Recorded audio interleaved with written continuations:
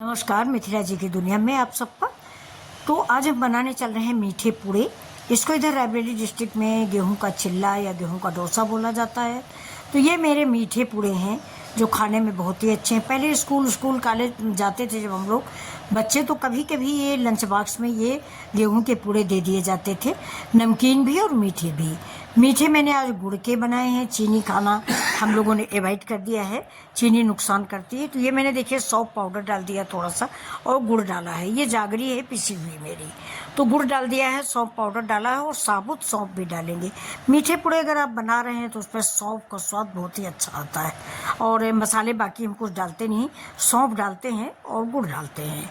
ये देखिए, और थोड़ी सी मैंने इसमें पिसी हुई इलायची डाली है, यानी छोटी वाली जो इलायची आती है, 4-5 इलायचियाँ, उसको कूट लीजिए, बिल्कुल बारीक पीसिए नहीं, थोड़ा सा कूट लीजिए और कूट के इस गेहूं के आटे में मिक्स कर लीजिए। और देखिए बैटर बिल्कुल ऐसा ही बनाइएगा।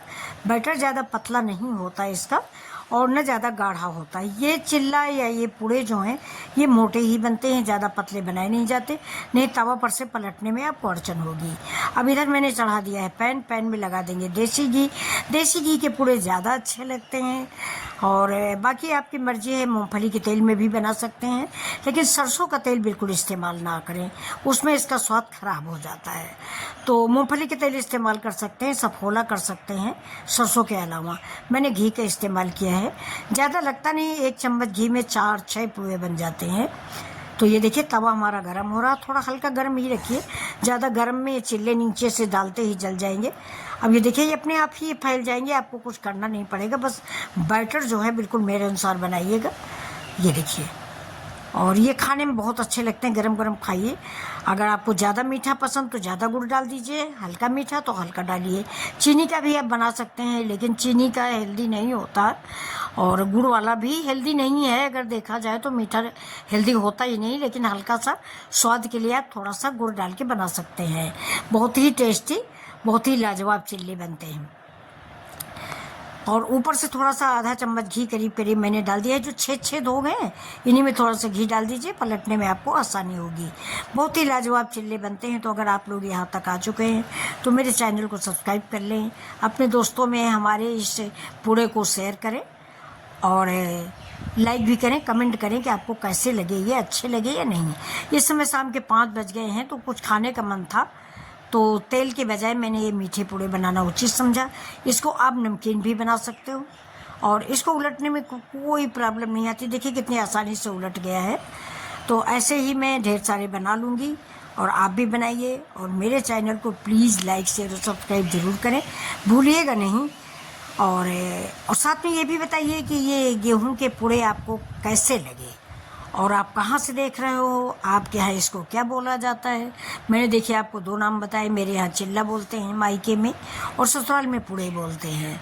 ये देखिए, और बहुत लाजवाब बनते हैं, बच्चों को बेहद पसंद आते हैं और इनको करारा क्रिस्पी भी बना सकते हैं। तो ये देखिए रेडी हो गया है मेरा चिल्ला। ऐसे ही सब हम पूड़े बना लेंगे। तो मैं दोनों लैंग्वेज बोल रही हूँ, पूड़े भी चिल्ला भी। अगर आपको कुछ और आता है तो आप वो भी कमेंट करके बताइए कि इसको और क्या कहते हैं। देखिए तवा मैंने दूसरा बना करके भी मैं आपको दिखाऊंगी।